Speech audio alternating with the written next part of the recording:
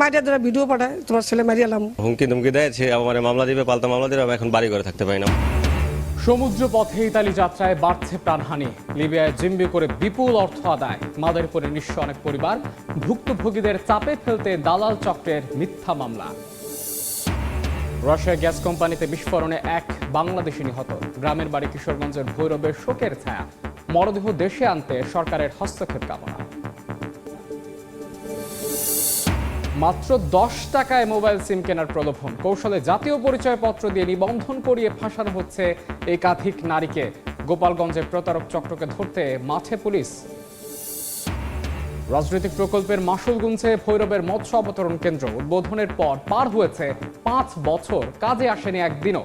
ব্যবস্থা নেওয়ার আশ্বাস পাট ও বস্ত্র প্রতিমন্ত্রীর। এবং মেঘনার ভাঙনে বিলীন অল ওয়েদার সড়ক। কিশোরগঞ্জে চরম দুর্ভোগে হাওরবাসী। জীবনের ঝুঁকি নিয়ে যাতায়াতে ঘটছে দুর্ঘটনা। সংস্কারের আশ্বাস এলজিইডির।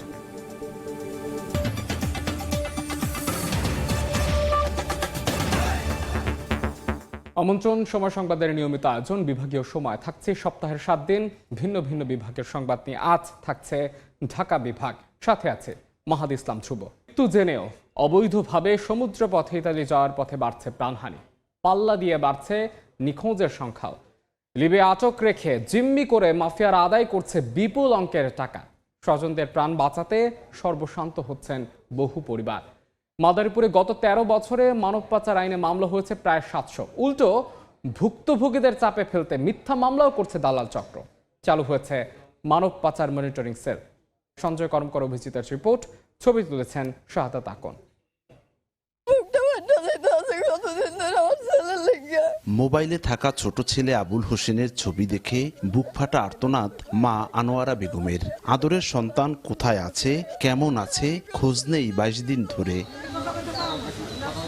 স্বজনরা জানায়, মাদারীপুর সদর উপজেলার পাঁচখোলা ইউনিয়নের জাজিরা গ্রামের মৃত বদর মাতুব্বরের ছেলে আবুলকে সরাসরি ইতালি নেয়ার প্রলোভন দেখায় একই গ্রামের মানব পাচারকারী চক্রের সক্রিয় সদস্য আকুব আলী ঘরামির ছেলে সোনামিয়া ঘরামি। 2025 সালের 17 জুলাই চুক্তিমতে 20 লাখ টাকা পরিশোধ করলে আবুলকে ইতালির পরিবর্তে লিবিয়া নিয়ে নির্যাতন চালায় মাফিয়ারা। পরিবার থেকে আদায় করা হয় মুক্তিপণের আরো 20 লাখ টাকা। মারিয়া দ্বারা ভিডিও পাঠায়, তোমার ছেলে মারিয়ালাম, টাকা দাও, পয়সা দাও, নাহলে পাইবা না ছেলে। আমার এই বাইবেলার জন্য আমি আমার ছেলে টাকা পয়সার কিছু বলি নাই, মামলাও যায় নাই। আমি চাই এই ধরনের কাজ যারা করতেছে ওদের বিচার হোক। এদিকে গোপালগঞ্জের মুকসুদপুর উপজেলার রাগদি ইউনিয়নের বড়দিয়া গ্রামের আক্কাস ফকিরের ছেলে ইলিয়াস ফকিরের খপ্পরে পড়ে লিবিয়ায় জিম্মি হয়ে 3 মাসের বেশি সময় ধরে নিখোঁজ বোয়ালিয়া গ্রামের মুক্তার হোসেন ব্যাপারীর ছেলে সামি ব্যাপারী, দক্ষিণ দুধখালী এলাকার শুক্কুর আলী ফকিরের ছেলে কামরুজ্জামান ফকির, ছোট দুধখালী গ্রামের করিম হাওলাদারের ছেলে ইব্রাহিম হাওলাদার সহ অনেক যুবক। কোনো খোঁজ খবর কিছু পাইতেছি না। এই ছেলেরে নিয়ে গুম করিয়া রাখছে। কেস করছি ইলিয়াস ফকিরের নামে, কোনো কিছু হয় না। এখন আমরা চাই তার যেন সঠিক বিচার হয়। 2013 সাল থেকে এখন পর্যন্ত 690টি মানব পাচার প্রতিরোধ আইনে দায়ের করা মামলায় আসামি করা হয় 1300 ব্যক্তিকে। গ্রেপ্তার হয়েছে 650 জন। পুরো জেলায় যতগুলো মানব পাচারকারী বা দালাল আছে, মামলার আসামি এবং মামলার এখনো যারা আসামি হয়নি, সব মিলে আমরা তালিকা তৈরি করছি। একটা খসড়া তালিকা আমরা অলরেডি পেয়ে গেছি। মানব পাচার প্রতিরোধ আইনে দায়েরকৃত 1300 মামলার মধ্যে 400 মামলা ভুয়া প্রমাণ পাওয়ায় আদালতে চূড়ান্ত প্রতিবেদন দিয়ে 1100 জনকে অব্যাহতি দিতে সুপারিশ করেছে জেলা পুলিশ। সঞ্জয় কর্মকার অভিজিৎ, সময় সংবাদ, মাদারীপুর। এ নিয়ে বিস্তারিত জানাতে মাদারীপুর থেকে সরাসরি যুক্ত হচ্ছেন সহকর্মী সঞ্জয় কর্মকার অভিজিৎ। তার সঙ্গে আলোচনায় যুক্ত হচ্ছেন জেলা গোয়েন্দা পুলিশের অফিসার ইনচার্জ মোহাম্মদ আবু নাইম। আমরা সরাসরি যাচ্ছি আলোচনা। অভিজিৎ, মানব পাচার এ যেন মাদারীপুরে এখন নিত্য নৈমিত্তিক ব্যাপার। বিভিন্ন এলাকার যুবকরা ইতালির স্বপ্নে যখন অবৈধভাবে সমুদ্রপথ পাড়ি দিতে যায়, ঠিক তখনই লিবিয়ায় দালাল চক্র তাদের বন্দি করে এবং লাখ লাখ টাকা হাতিয়ে নেয়। আমরা এই ব্যাপারে জানবো। আমাদের সঙ্গে রয়েছেন জেলা পুলিশের গোয়েন্দা বিভাগের ভারপ্রাপ্ত কর্মকর্তা আবু নাইম। আসলে এই যে মানব পাচার, আসলে বারবার কেন আমরা এই নিউজের শিরোনাম দেখি মাদারীপুরে, আসলে এই ঘটনার পিছনে নেপথ্যের কারণ কি? আপনারা জানেন যে মাদারীপুর জেলা এখানে বিদেশে যাওয়ার প্রবণতা খুব বেশি। সেক্ষেত্রে তারা এখন প্রতিবেশী যারা বিদেশে আছে, অনেকে লিবিয়াতে, ইটালি আছে, এখানে যারা যুবক শ্রেণী তাদের মধ্যে একটা প্রবণতা আছে, এ নিয়ে ইটালি যেতে হবে। সেক্ষেত্রে এখন অনেক সুবিধা নিতে চায়, কিছু দালাল শ্রেণী আছে তারা এই সুযোগ নিতে চায়, যেখানে তারা তাদের সাথে যোগাযোগ করে তাদেরকে বলে যে সরাসরি আমরা ইটালি নিয়ে যাবো, কিন্তু নেয় না, লিবিয়ার মাধ্যমে নিয়ে বিভিন্ন মাধ্যমে তারা সেখানে নিয়ে তাই আটক করে এরপর গেম দেওয়া বলে, যেটা আপনারা জানেন, আমরা এটা গেম আকার বলা হয়। গেম দেয়, এরপর ওখানে ধরা পড়ে, ওখানে ওখানে টর্চার করা হয়, মুক্তিপণ দাবি করা হয়, হওয়ার পরে আবার পুনরায় বাংলাদেশে ফেরত আসে। আচ্ছা, এই যে যারা প্রতারিত হয়ে বাংলাদেশে ফেরত আসে তিনি বা তাদের পরিবার যখন মামলা করে মানব পাচার আইনে, ঠিক দালাল চক্র তাদের চাপে ফেলতে তো মিথ্যা মামলা করে আমরা দেখেছি বিভিন্ন সময়ে। তো এই যে ভুয়া মামলা বা মিথ্যা মামলার ব্যাপারে আপনারা কি পদক্ষেপ নিচ্ছেন? আপনারা জানেন যে আমাদের মাননীয় পুলিশ সুপার মহোদয় জেলা যোগদান করার পর থেকে সে মানব পাচার নিয়ে অনেক কাজ করতেছে। সে অলরেডি আমাদের মাদারীপুর জেলায় মানব পাচার প্রতিরোধ ও মনিটরিং সেল নামে একটা সেল গঠন করেছে। এর প্রধান উদ্দেশ্য হলো এখানে যারা ভুক্তভোগী তারা যেন প্রকৃত বিচারটা পায়, এবং যারা এই যে অসাধু, যে কথা আপনি বললেন যে তার আরেক শ্রেণী আছে যারা এটা বলে তাদের তারা নিজেদেরকে আড়াল করার জন্য তারা মিথ্যা মামলা দায়ের করে, এটা যাতে না করা হয় সেজন্য আমাদের এই সেলটা গঠন করা হয়েছে। আমরা এখানে প্রতিটা মামলায় এখানে সরাসরি এসপি স্যারের সরাসরি তত্ত্বাবধানে আমাদের এখানে আমাদের একজন ব্রেভো টু এসপি স্যার আছে, প্লাস আমরা আমাদের টিম আছে, আমরা এটাকে যাচাই বাছাই করি। যারা প্রকৃত অপরাধী তাদেরকে আমরা আইনাতে আনার চেষ্টা করি, আইনাতে আনি। আর যারা এই ঘটনা জড়িত না, আমরা দেখতে পাচ্ছি, আমরা তদন্তে পাচ্ছি যে এই ঘটনা জড়িত, তাকে আমরা কীভাবে তাকে আমরা করা যায়, মুক্তি করা যায় বা পরিত্রাণ পাওয়া যায়, সেক্ষেত্রে আমরা প্রয়োজনীয় ব্যবস্থা গ্রহণ করি। আচ্ছা, আরেকটা বিষয়, এখন পর্যন্ত আমরা যেটা দেখেছি যে আপনাদের জেলা পুলিশের তথ্য অনুযায়ী যে মাদারীপুরে যে মামলা হয়েছে তার মধ্যে প্রায় 400+ ভুয়া মামলা বা মিথ্যা মামলা হয়েছে। এগুলো আপনাদের ফাইনাল রিপোর্ট বা যদি বলা হয় যে চূড়ান্ত প্রতিবেদন আদালতে দিয়েছেন। তো যারা এই মামলাগুলো করছে তাদের ব্যাপারে আইনি ব্যবস্থা নেওয়ার জন্য কি আদালতকে কোনো সুপারিশ করেছেন কিনা? আপনারা জানেন মামলা যদি মিথ্যা মামলা হয় তার বিরুদ্ধে বাদীর বিরুদ্ধে প্রতিবেদন দেওয়ার নিয়ম আছে, আমরা সেই অনুযায়ী তাদের বিরুদ্ধে ব্যবস্থা নেই। এবং দেখবেন ইদানিং কিন্তু অনেকটা কমে আসছে, বিদেশে যাওয়া কমে আসছে। এবং মানব পাচারের যে মিথ্যা মামলাগুলো একসময় আপনি জানেন মামলা দুই জায়গায় হয়, সরাসরি থানায় রেকর্ড হয়, প্লাস আপনার বিজ্ঞ আদালতেও মামলা রেকর্ড হয়। এখন আমাদেরকে যখন আসে, আমরা একটা মামলা অভিযোগ পাইলে আমরা প্রাথমিক তারা মনে করে যে থানায় সরাসরি যদি আমরা মিথ্যা মামলা নিয়ে যাই বা মিথ্যা আসামি ইনক্লুড করে দিই, সেক্ষেত্রে এটা পুলিশ জানতে পারবে, সেক্ষেত্রে তারা মামলা করতে যাবেন। এতে দেখা যায় আমাদের ম্যাক্সিমাম মামলা আসে বিজ্ঞ আদালত থেকে। আদালতে যখন ফিরিয়ে মামলা করে তখন আমরা পেলে দেখা যায় তখন বিজ্ঞ আদালত যখন বলে যে সরাসরি এফআইআর করার জন্য, তখন ওসি সাহেবের মামলা রেকর্ড করতে হয়। করার পর আমরা তদন্ত করি, তদন্ত আমরা যখন দেখি যে না এই ঘটনা সে জড়িত না বা এই ঘটনায় তাকে মিথ্যা দেওয়া হয়েছে, তাহলে আমরা তার বিরুদ্ধে আমরা সে যাতে মামলা থেকে অব্যাহতি পায় সে আমার ব্যবস্থা নেই। আচ্ছা, আমরা তো বিভিন্ন সময় দেখেছি যে মাদারীপুরে বিভিন্ন এলাকায় বড় বড় মাফিয়া চক্র আছে, যারা যে মানুষকে ইতালি স্বপ্ন দেখিয়ে ইতালি নিয়ে তাদেরকে আটক করে মুক্তিপণ দাবি করে, অনেকে নিখোঁজ থাকে, অনেকে মারাও যায়। তো এই দালাল চক্রের বিরুদ্ধে আপনারা কোনো তালিকা নিয়ে গ্রহণ করেছেন কিনা, আর কি আপনাদের কাছে কোনো তালিকা আছে কারা কারা দালালের সাথে জড়িত? হ্যাঁ, আপনারা জানেন যে আমাদের সেল গঠন করার পরে আমাদের যারা এখানে দালাল এদের আমরা তালিকা তৈরি করছি, এবং আরও একটা ডাটাবেস তৈরি হচ্ছে। আমাদের যেহেতু মাত্র কয়েকদিন হয়েছে এটা চালু হয়েছে, এবং এটা আরও আমাদের আপনি দেখবেন যেদিন কয়েকজন বড় বড় দালাল অ্যারেস্ট হয়েছে, এবং তাদের বিরুদ্ধে মামলা অলরেডি একজনের বিরুদ্ধে 10টা 15টা 20টা মামলা রেকর্ড হয়ে গেছে। এরকম আমরা এটা ডাটাবেস তৈরি হচ্ছে, আমাদের দালাল চক্রের তালিকা আছে, প্লাস আরও যারা আমরা বিভিন্ন মামলা অ্যানালাইসিস করার পরে যেসব দালাল চক্রগুলো আছে আমরা এগুলা শনাক্ত করতেছি। ধন্যবাদ। আমরা কথা বলছিলাম মাদারীপুর জেলা পুলিশের গোয়েন্দা বিভাগের ভারপ্রাপ্ত কর্মকর্তা এবং মানব পাচার প্রতিরোধ ও মনিটরিং সেলের সদস্য আবুল নাইমের সাথে। তিনি জানিয়েছেন যে মাদারীপুরে যারা সক্রিয় মানব পাচারকারী রয়েছে বা চক্র রয়েছে কিংবা মাফিয়া রয়েছে তাদের তালিকা করা হচ্ছে, এবং তাদের সর্বোচ্চ আইনের আওতায় আনার জন্য তাদের জেলা পুলিশের পক্ষ থেকে যে আইনের যে প্রয়োগ সেটি কিন্তু তারা করবেন। পাশাপাশি যাতে এই মানব পাচার প্রতিরোধ করা যায় সে ব্যাপারে কিন্তু তারা কঠোর পদক্ষেপ গ্রহণ করবেন বলে আমাদেরকে জানানো হয়েছে। তো এই ছিল আমার কাছে মাদারীপুরে যে মানব পাচার নিয়মিত হচ্ছে, মামলা হচ্ছে এবং পাশাপাশি ভুয়া মামলা হচ্ছে তার সব শেষ। মানব পাচার দালাল চক্রের সংক্রান্ত মামলা নিয়ে বেশ কিছু আলোচনা আমাদের সহকর্মী অভিজিতের সঙ্গে আলোচনায় যুক্ত ছিলেন মাদারীপুর জেলা গোয়েন্দা পুলিশের অফিসার ইনচার্জ। আমরা সরাসরি যুক্ত ছিলাম সেই আলোচনায়। এবার অন্য প্রসঙ্গ, রাশিয়া গ্যাস প্লান্টে বিস্ফোরণ ও অগ্নিকাণ্ডে নিহত জাকিরের গ্রামের বাড়ি কিশোরগঞ্জের ভৈরবে চলছে শোকের মাতম। বৃহস্পতিবার আজকা পাড়ায় গ্রামের বাড়িতে জাকিরের মৃত্যুর খবর পৌঁছালে নেমে আসে শোকের ছায়া।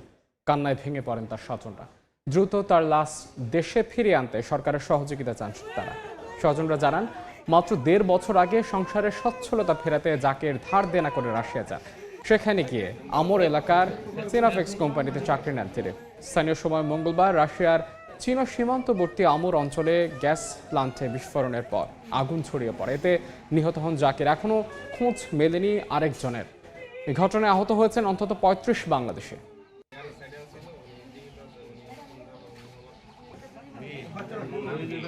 কোম্পানির ভিতরে ডুববা লেগে দেন, আমি দেখবো যে আমার ভাই লাশ হইলো আমারে দেন। তারপর জোরাজোরি করে ঢোকার পরে দেখে যে দোতলার উপরে যেখানে কাজ করতো ওইখানে আমার ভাই মৃত অবস্থায় পইরা আছে। ঘটনা ঘটছে আজ 5 দিন। তখন আল্লাহর হস্তে গরিব মানুষ বুঝিনি, লাশটা আমরা দেখতে চাই। সকলের সহযোগিতা সে যে 600 মান মতো দেশে ফিরে আসে। গোপালগঞ্জে মাত্র 10 টাকায় মোবাইল সিম কিনে চরম বিপাকে পড়েছেন একাধিক নারী। তাদের জাতীয় পত্র দিয়ে নিবন্ধনের পর সিম চালু করার অজুহাতে তা হাতিয়ে নিয়ে চালানো হচ্ছে বিকাশ ও নগদ প্রতারণা। এমনই 2 ভুক্তভোগী নারীর নামে বরিশাল থানায় হয়েছে প্রতারণার অভিযোগও। ঘটনার পর ভাঙতে বসেছে তাদের সংসার। এনে পুলিশ বলছে চক্রটিকে শনাক্ত করতে চলছে তদন্ত। HM মানিকের ছবিতে বিস্তারিত জানাচ্ছেন জয়ন্ত শিরালী। সহজ সরল মনে মাত্র 10 টাকায় কিনেছিলেন মোবাইল সিম, কিন্তু সেই সিমই এখন আসমা ও নূপুর নামের 2 গৃহবধূর জীবনে ডেকে এনেছে চরম আতঙ্ক। ঘটনার সূত্রপাত 2 আগস্ট। গ্রামে ফেরি করে 10 টাকায় সিম বিক্রির ফাঁদ ফেলে একটি চক্র। প্রথমে জাতীয় পরিচয়পত্র ও ফিঙ্গারপ্রিন্ট নিয়ে সম্পন্ন করা হয় নিবন্ধন। এরপর কৌশলে বায়োমেট্রিক ফেস ভেরিফিকেশন করে ওই সিমে খুলে নেয় বিকাশ ও নগদ অ্যাকাউন্ট। তবে নেটওয়ার্ক সমস্যার কারণে সিম চালু হয়নি এমন অজুহাতে সিম না দিয়েই চলে যায় প্রতারক। এরপর গত 14 আগস্ট বরিশাল থানা থেকে স্থানীয় গ্রাম পুলিশের কাছে ফোন এলে জানা যায় আসমা ও নূপুর নামের সেই নাম্বার ব্যবহার করে বিকাশে ও নগদে হাতিয়ে নেওয়া হয়েছে বিপুল অর্থ। হঠাৎ এমন খবরে দিশেহারা ভুক্তভোগী আসমা, নূপুর ও তার পরিবার।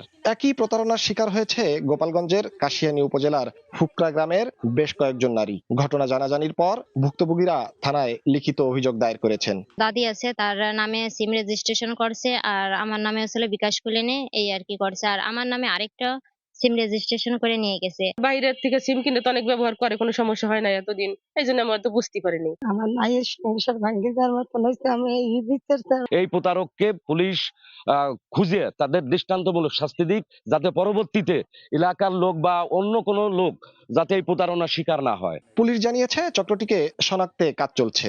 আমাদের থানায় 2টি অভিযোগ হয়েছে। আমরা ডিজিটাল ফরেনসিক এই বিষয়টা নিয়েও কাজ করছি। এছাড়া আমাদের একটা সাইবার টিমও আছে, তারাও এটা নিয়ে কাজ অলরেডি শুরু করে দিয়েছে। আশা করছি যে ভালো একটা ফলাফল আমরা দ্রুত পাবো। আসমা ও নূপুরের মতো একই কায়দায় সিম কিনেছেন অন্তত 15 জন নারী।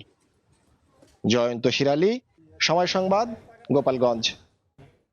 উদ্বোধনের 5 বছরেও কার্যক্রম শুরু হয়নি কিশোরগঞ্জের ভৈরব আধুনিক মৎস্য অবতরণ কেন্দ্রের। মৎস্য ব্যবসায়ীরা বলছেন ছোট জায়গায় মাছ সংরক্ষণের ব্যবস্থা না থাকার কারণে আগ্রহ হারিয়েছেন অনেক ব্যবসায়ী। কারো সঙ্গে আলোচনা না করে প্রকল্প তৈরি করায় সরকারি অর্থের অপচয় হিসেবে বলছেন তারা।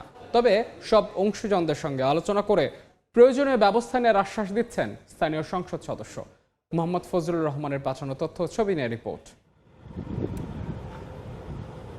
নির্মাণ করা হচ্ছে পাকা অবকাঠামো, তবে পড়ে আছে পুরো ভবন, নেই কোনো কার্যক্রম। 2021 সালের 13 অক্টোবর কিশোরগঞ্জের ভৈরবের ফেরিঘাট এলাকায় উদ্বোধন করা হয় আধুনিক মৎস্য অবতরণ কেন্দ্র, কিন্তু গত 5 বছরও শুরু হয়নি এর কার্যক্রম। মৎস্য ব্যবসায়ীরা বলছেন অল্প পরিসর ও মাছ সংরক্ষণের ব্যবস্থা না থাকার কারণে কোনো ব্যবসায়ী আগ্রহী হননি। কারো সঙ্গে আলোচনা না করেই প্রকল্প তৈরি করা সরকারি অর্থ অপচয় বলছেন তারা। আমাদের রাত্রিকালীন যে আরো কেন প্রচুর মাছ হয়, প্রচুর জায়গার দরকার, এই জায়গা দিয়া এটা মেকআপ করতে পারবে না কোনো প্রাণী। 50 গাড়ি 70 গাড়ি মাছ আসে, কেন তো 10 গাড়ি মাছ ওই জায়গা লবে না, এখানে কেমনে আমরা আসো। 4 বছর এই যে অযথা পুরো লইছে, অত বড় বাচ্চা মানে কিন্তু 5টা লোক আর অযথা বেতন নিতেছে, কি লাভটা কি? সরকার এটা অন্য কিছু করুক যাতে মানুষে কাজ কাম করে খাইতে পারে। সম্প্রতি কেন্দ্রটি পরিদর্শন করেন পাট ও বস্ত্র প্রতিমন্ত্রী শরীফুল আলম। এ সময় তিনি জানান আওয়ামী লীগ সরকারের অপরিকল্পিত প্রকল্পের মধ্যে এ কেন্দ্র একটি। তবে সব স্টেক হোল্ডারদের সঙ্গে আলোচনা করে প্রয়োজনীয় ব্যবস্থা নেওয়া হবে। সম্ভাব্যতা যাচাই বাছাই না করে অপরিকল্পিতভাবে সারা দেশে যেভাবে বিভিন্ন প্রকল্প নেওয়া হয়েছে তারই একটি প্রমাণ আজকে ভৈরবে এসে দেখতে পেলাম। এই প্রতিষ্ঠানে যেহেতু সরকারের অর্থ ব্যয় হয়েছে, মৎস্য ব্যবসায়ী যারা আছে ভৈরবের বিশিষ্ট ব্যক্তিবর্গ, গুণীজন, আমাদের সুরিমণ্ডলী সহ নেতৃবৃন্দ, প্রশাসন সবাইকে নিয়ে আমরা বসে এটাকে ব্যবহার করার চেষ্টা করি। ভৈরবে আধুনিক মৎস্য অবতরণ কেন্দ্রটি নির্মাণে ব্যয় হয় 20,79,40,000 টাকা। কেন্দ্রটিতে রয়েছে অক্সফোর্ড শেড, পার্কিং শেড, আড়ংঘর, আইস প্লান্ট, আইস ক্রাশার, কোয়ালিটি কন্ট্রোল ল্যাব ও জেনারেটর ব্যবস্থা। সময় সংবাদ, ভৈরব। কিশোরগঞ্জ হাওরে মেঘনা নদীর ভাঙনে বিলীন হয়ে গেছে বাঙ্গালপাড়া, নোয়াগাঁও, চাতলপাড় অলওয়েদার সড়ক। এতে যানবাহন চলাচল বন্ধ হয়ে বিড়ম্বনায় পড়েছেন স্থানীয় বাসিন্দারা। এমনকি জীবনের ঝুঁকি নিয়ে ভেঙে পড়া সড়কের অবশিষ্ট খাড়া ঢাল বেয়ে পারাপারে প্রায় ঘটছে দুর্ঘটনা। এ নিয়ে এলজিইডি বলছে দ্রুত সড়কটি সংস্কারের উদ্যোগ নেওয়া হবে। নূর মোহাম্মদের তথ্য ও রুবেল হোসেনের ছবি নিয়ে রিপোর্ট। নদীর তীব্র স্রোতে সড়কের বিশাল অংশ ভেঙে বন্ধ যান চলাচল। তবু জীবনের ঝুঁকি নিয়ে ধসে পড়া সড়ক দিয়ে চলাচল করছে মানুষ। ইউনিয়ন পরিষদ, হাটবাজার, উপজেলা সদর, হাসপাতাল, স্কুল, কলেজ ও অফিস আদালতে যাতায়াতের জন্য এই সড়কটির উপরই নির্ভরশীল স্থানীয়রা। কিশোরগঞ্জের হাওর অধ্যুষিত অষ্টগ্রাম, বাঙ্গালপাড়া, নোয়াগাঁও, চাতলপাড় অলওয়েদার সড়কের দৃশ্য এটি। বর্ষার শুরুতে সড়কের নোয়াগাঁও এলাকায় মেঘনা নদীতে বিলীন হয় অন্তত 50 মিটার সড়ক। এতে স্বাভাবিক যান চলাচল বন্ধ হয়ে চরম দুর্ভোগে পড়েন এলাকাবাসী। বাংতে গিয়ে গাড়ি লিয়ে পড়ছে, অনেক মানুষের পাও ব্যথা পাইছে, হাঁটতে গিয়ে যাইতে পারে না, মহিলারা যাইতে পারে না। দাঁড়ায় আসলাম, একটা মহিলা মানে ফাও স্লিপ কাটিয়া একবার নিচে চলে গেছে। এই মানুষের চলাফেরা অনেক বন্ধ হয়ে গেছে, আমাদের অনেক অসুবিধা হয়ে গেছে চলাফেরা। আমরা চাই যেতে আরো দ্রুত বেগে যেতে আমরা কাজগুলো সমাধান করে দেয়। ভাঙন কবলিত অংশে বিআইডব্লিউটির ডেজার দিয়ে বালু ভরাটের কাজ শুরু হয়েছে। দ্রুত সড়কটি মেরামত করে চলাচলের উপযোগী করে তোলার চেষ্টা চলছে বলে জানায় এলজিডি। পানি উন্নয়ন বোর্ড কিছু জিওব্যাগ ফেলাইছে, জিওব্যাগ ফেলানোর পরে আর ওদেরকে আমরা খুঁজে পাচ্ছি না। এখন বিআইডব্লিউটি আর এলজিডি মিলাইয়া আশা রাখতেছি 15 থেকে 20 দিনের মধ্যে আমরা ভাঙা রাস্তা এটাকে ভালো ফিলিংটা কমপ্লিট করতে পারবো। 2019 সালে 44 কোটি টাকা ব্যয়ে 7 কিলোমিটার দীর্ঘ সড়কটি নির্মাণ করে স্থানীয় সরকার প্রকৌশল অধিদপ্তর। সময় সংবাদ, কিশোরগঞ্জ। খুলে দেওয়া হচ্ছে মুক্তারপুর পঞ্চবটি সড়ক। চূড়ান্ত হয়েছে নিচতলা ও দ্বিতল সড়ক উদ্বোধনের পরিকল্পনা। সড়ক আধুনিকায়নের এই প্রকল্পে চলছে শেষ মুহূর্তের প্রস্তুতি। প্রকল্পটির মাধ্যমে মুন্সিগঞ্জ, নারায়ণগঞ্জের সড়ক নেটওয়ার্কে যুগান্তকারী পরিবর্তন আসবে বলে আশা করা হচ্ছে। নাসিরউদ্দিন উজ্জ্বলের রিপোর্ট, ছবি তুলেছেন আবু সাইদ। রাজধানীর সঙ্গে মুন্সিগঞ্জ সড়ক নেটওয়ার্ক সহজ করতে 2022 সালে শুরু হওয়া মুক্তারপুর পঞ্চবটি সড়ক আধুনিকায়ন প্রকল্প সম্পন্ন হওয়া এখন সময়ের ব্যাপার মাত্র। এই প্রকল্পের একটি অংশ পঞ্চবটি চরসৈয়দপুর দ্বিতল সড়কে 50 মিলিমিটার পুরুত্বের পিচ ঢালের টপ লেয়ার সম্পন্ন। 90 মিটার পরপর মোট 121টি এক্সপানশন জয়েন্টের মধ্যে বাকি থাকা 27টির কাজ চলছে। আর চরসৈয়দপুরে একটি, কাশীপুরে 2টি এবং পঞ্চবটিতে 3টি সহ মোট 6টি র্যাম নির্মাণ চূড়ান্ত পর্যায়ে এখন। 36 ফুট চড়া 2 লেনের দ্বিতল সড়কে গুনতে হবে টোল, তাই কাশীপুরে স্থাপন হচ্ছে টোল প্লাজা। তবে 54 ফুট চড়া 4 লেন বিশিষ্ট নিচতলা থাকবে আগের মতোই টোল ফ্রি। নিচতলায় 150 মিলিমিটার সিসি, 300 মিলিমিটার আরসিসির উপর 40 মিলিমিটার পুরুত্বের পিচ ঢালাই শুরুর প্রক্রিয়া চলছে। নানা প্রতিকূলতায় কয়েক দফা সময় পেছালেও নিচতলা ও দ্বিতীয় তলা সড়ক একই সঙ্গে অক্টোবরে উদ্বোধনের পরিকল্পনা করছে সরকার। প্রকল্প অনেক চ্যালেঞ্জ ছিল, এই সমস্ত চ্যালেঞ্জগুলো মোকাবেলা করে আমরা এখন একবারে শেষ পর্যায়ে চলে আসছি। আমাদের এলিভেটেডের কাজ 100% শেষ হয়ে গেছে। অনেক এলিভেটেডের উপরে যে কার্পেটিংয়ের কাজ, এটা মাত্র 1 কিলোমিটার বাকি আছে, বাকি সবগুলো শেষ। সেপ্টেম্বরের শেষে অথবা অক্টোবরের প্রথম উইকে আমরা এই সেতুটা উদ্বোধন করব, এলিভেটেড এবং প্যাডগেট দুটো একসাথেই। প্রকল্পের দীর্ঘসূত্রতায় ভোগান্তি সত্ত্বেও এটি বাস্তবায়ন হলে যুগান্তকারী পরিবর্তন আসবে মুন্সিগঞ্জ ও নারায়ণগঞ্জের সড়ক নেটওয়ার্কে। আমরা 3 মাস ধরে খুবই ভোগান্তিতে ছিলাম এই রোডের ভিতরে। আগে ধুলাবালুর লেগে মানে ঘন্টার পর ঘন্টা মানুষ বয়ে যেত, মানুষ বিরক্ত হইতো। মানে এই চালু অনেক মানুষের অনেক সুবিধা হইব যেন। পুরো প্রকল্প চালু হইলে আমরা আশাবাদী যেন এখানে আর কোনো যানজট লাগবে না। পুরো প্রকল্প যখন আপনার একবারে চালু হবে, আপনার মুন্সিগঞ্জ বা নারায়ণগঞ্জবাসী খুব উপকৃত হবে। ৩,৩০০ কোটি টাকার মুক্তারপুর পঞ্চবটি সড়ক আধুনিকায়ন প্রকল্পটি বাংলাদেশ সেতু কর্তৃপক্ষের তদারকিতে বাস্তবায়ন করছে চীনা ঠিকাদারি প্রতিষ্ঠান। প্রকল্পের সার্বিক অগ্রগতি ৯৭% বেশি। নাসির উদ্দিন উজ্জ্বল, সময় সংবাদ। টাঙ্গাইল পৌরসভায় শ্যামা বাবুর খালের জায়গা দখল করে নির্মাণ করা হয়েছে 7টি মার্কেট। দখল দূষণে বর্তমানে অস্তিত্ব সংকটে এই জলাশয়টি। এদিকে বৃষ্টিতে প্রায় জলাবদ্ধতা সৃষ্টি হচ্ছে শহরে। পানি নিষ্কাশনের জন্য শীঘ্রই খালটি উদ্ধার করার দাবি জানিয়েছে পৌরবাসী। খালের জমি উদ্ধার করে পুনর্খননের আশ্বাস দিয়েছে পৌরসভা কর্তৃপক্ষ। কাদের তালুকদারের পাঠানো তথ্য, রাশেদ খানের ছবি নিয়ে রিপোর্ট। দেখে সড়কের পাশে ড্রেন মনে হলো এটি এক সময়ের বড় খাল। বেশিরভাগ অংশ সংকীর্ণ, আবর্জনায় পূর্ণ। 1900 সালে ব্রিটিশ রানী ভিক্টোরিয়া সিংহাসনে আরোহণের সম্মানে টাঙ্গাইল শহরের প্রধান সড়ক ভিক্টোরিয়া রোড তৈরির জন্য খনন করা হয় শ্যামা বাবুর খাল। 1996 সালে খালটি ড্রেনে রূপান্তর করে পানি উন্নয়ন বোর্ড। এরপর থেকে শুরু হয় খালের জায়গা দখলের প্রতিযোগিতা। 2003 সালে খালের জায়গার ওপর প্রথম ক্যাপসুল মার্কেট নির্মাণ করে পৌরসভা কর্তৃপক্ষ। পরে গড়ে ওঠে আরও 6টি মার্কেট। দখল দূষণে বর্তমানে অস্তিত্ব সংকটে জলাশয়টি। এদিকে বৃষ্টিতে শহরে প্রায় জলাবদ্ধতা সৃষ্টি হচ্ছে। পানি নিষ্কাশনের জন্য শিগগিরই খালটি উদ্ধার করার দাবি পৌরবাসীর। ড্রেনটা পরিষ্কার করা সম্ভব না, কারণ হলো ড্রেনের ম্যাক্সিমাম জায়গায় মার্কেটের নিচে। পৌরসভা আপনার এই বিল্ডিংগুলো কইরে এইটাতে আপনার নষ্ট করে দিছে। ব্যক্তি মালিকানা যারা আছে তারাও কিছু কিছু বন্ধ করছে আশেপাশে। ড্রেনের থেকে ময়লাটা আসে, ময়লাটা যাইতে পারে না, ময়লাটা চাপ ধরে থাকে। বৃষ্টি আসলে গ্যারেজে পানি ঢুকে, গন্ধে থাকা যায় না, মশা মাছি দূর হয় না। ঊর্ধ্বতন কর্তৃপক্ষের সঙ্গে আলোচনা করে খালের জমি উদ্ধার করে পুনঃখননের আশ্বাস পৌর কর্তৃপক্ষের। এটা আমরা ঊর্ধ্বতন কর্তৃপক্ষের সাথে কথা বলে এই খালটাকে বর্তমান সরকারের ভিশন অনুযায়ী কিভাবে পুনরুদ্ধার করা যায় সেটা আমরা ঊর্ধ্বতন কর্তৃপক্ষের মাধ্যমে জানিয়ে আমরা ব্যবস্থা নেব। টাঙ্গাইল শহরের প্যারাডাইস পাড়া খাদ্য গুদামের কাছে লৌহজং নদী থেকে উৎপন্ন হয়ে খালটি একসময় শহরের পূর্ব প্রান্তের বিল ঘারিন্দিয়া গিয়ে মিলিত হতো। সময় সংবাদ, টাঙ্গাইল। বিভাগীয় সময় আরেকবার। পরিত্যক্ত ভবন হলেও ঝুঁকি নিয়ে চলছে মানিকগঞ্জের ঘিওর উপজেলার বড়টিয়া ইউনিয়ন পরিষদের কার্যক্রম। এলজিইডি বলছে পরিদর্শন করে নেওয়া হবে ব্যবস্থা। রমজান আলীর ক্যামেরায় মোহাম্মদ ইউসুফ আলীর রিপোর্ট। ভবনের ছাদ ভেঙে বের হয়ে আছে রড, খসে পড়ছে পলেস্তারা, দেখা দিয়েছে ফাটল। বৃষ্টির সময় পানি চুইয়ে পড়ে। দীর্ঘদিন আগেই পরিত্যক্ত ঘোষণা করা হলেও অতি ঝুঁকি নিয়ে জন্ম ও মৃত্যু নিবন্ধন, নাগরিক সনদ, ট্রেড লাইসেন্স, ভাতা কার্যক্রম সহ নানা সেবা নিচ্ছেন সেবাগ্রহীতারা। মানিকগঞ্জের ঘিওর উপজেলার বড়টিয়া ইউনিয়ন পরিষদের এই পরিত্যক্ত ভবনটি যে কোনো সময় ভেঙে পড়ে ঘটতে পারে দুর্ঘটনা। এমন অবস্থায় নতুন ভবন নির্মাণের জন্য দাবি স্থানীয়দের।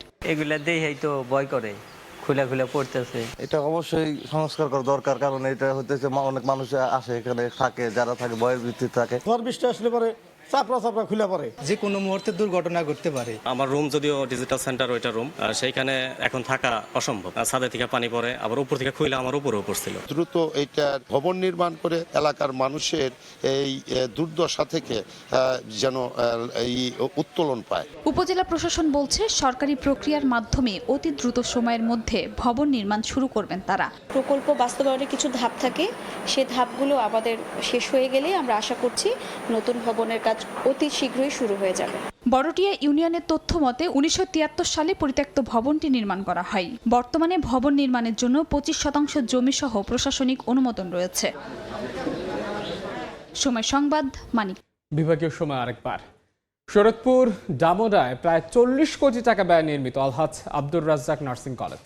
বিশাল ভবন, হোস্টেল সহ আধুনিক অবকাঠামো থাকলেও নেই প্রয়োজনীয় জনবল শিক্ষা উপকরণ। 2023 সালে কার্যক্রম শুরুর পর 4টি ব্যাচে ভর্তি হয়েছেন 159 শিক্ষার্থী, অথচ তাদের পাঠদানের জন্য রয়েছে মাত্র একজন শিক্ষক। প্রয়োজনের তাগিদে অধ্যক্ষকে নিতে হচ্ছে নিয়মিত ক্লাস। শুধু শিক্ষক সংকট নয়, রয়েছে চতুর্থ শ্রেণীর কর্মচারী ও নিরাপত্তা কর্মী সংকট। হোস্টেলে পর্যাপ্ত খাট, পড়ার টেবিল না থাকায় ভোগান্তিতে পড়েছেন শিক্ষার্থীরা। ডাইনিংয়ে রয়েছে চেয়ার টেবিল, কর্মী, গ্যাস ও পানির সংকট। সরকারি বরাদ্দ পাওয়া ও প্রশাসনিক কার্যক্রম পরিচালনায় তৈরি হয়েছে জটিলতা। বন্ধ রয়েছে শিক্ষার্থীদের জন্য নির্ধারিত শিক্ষাবৃত্তিও। তবে শীঘ্রই সমস্যার সমাধান হবে বলে জানান অধ্যক্ষ।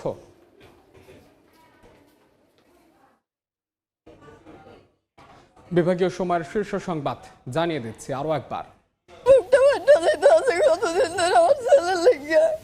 ভিডিও পাঠায় তোমার ছেলে মারিয়ালাম, হুমকি ধুমকি দেয়, সে আমার মামলা দিবে, পাল্টা মামলা দিবে। এখন বাড়ি ঘরে থাকতে পারি না। সমুদ্র পথে ইতালি যাত্রায় বাড়ছে প্রাণহানি। লিবিয়ায় জিম্মি করে বিপুল অর্থ আদায়। মাদারীপুরে নিঃস্ব অনেক পরিবার। ভুক্তভোগীদের চাপে ফেলতে দালাল চক্রের মিথ্যা মামলা। রাশিয়ার গ্যাস কোম্পানিতে বিস্ফোরণে এক বাংলাদেশি নিহত। গ্রামের বাড়ি কিশোরগঞ্জের ভৈরবে শোকের ছায়া। মরদেহ দেশে ফিরিয়ে আনতে সরকারের হস্তক্ষেপ কামনা। এবং মাত্র 10 টাকায় মোবাইল সিম কেনার প্রলোভন কৌশলে জাতীয় পরিচয়পত্র দিয়ে নিবন্ধন করিয়ে ফাঁসানো হচ্ছে একাধিক নারীকে। গোপালগঞ্জে প্রতারক চক্রকে ধরতে মাঠে পুলিশ।